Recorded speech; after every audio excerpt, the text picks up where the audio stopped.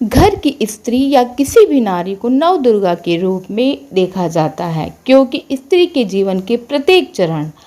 का प्रतिनिधित्व करती है। नवदुर्गा के 9 स्वरूप शैलपुत्री, ब्रह्मचारिणी, चंद्रघंटा, कुष्मांडा, स्कंदमाता, कात्यायनी, कालरात्रि, महागौरी और सिद्धिदात्री। ये स्वरूप एक स्त्री के जन्म, कौमार्य, विवाह, गर्भ धारण, संतान पालन, संयम, पतिव्रता, गृहस्थी संभालने और अंत में मोक्ष प्राप्ति तक के पूरे जीवन चक्र को दर्शाता है।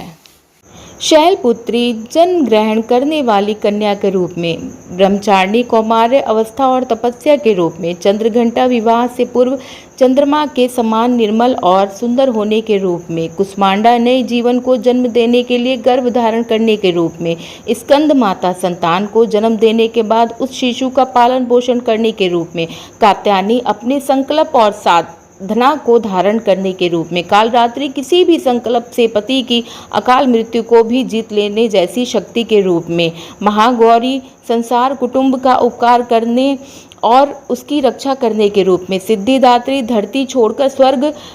प्रयाण करने से पहले संसार में अपनी संतान को सुख समृद्धि का आशीर्वाद देने वाली शक्ति के रूप में। इस प्रकार घर की स्त्री ही इन सभी देवी रूप में समाहित है और स्त्री के हर रूप में देवी का वास होता है।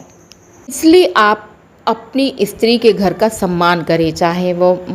माँ के रूप में हो, पत्नी के रूप में हो, बेटी के रूप में हो, बुआ के रूप में हो, चाहे किसी भी रूप में हो। आप जब एक स्त्री का सम्मान करते हैं तो उस रूप में आप 9 देवी का सम्मान करते हैं, क्योंकि अगर आपने 9 देवी की पूजा की और अपने घर की स्त्री को मान सम्मान नहीं दिया तो वो पूजा आपकी सिर्फ एक दिखावटी पूजा है।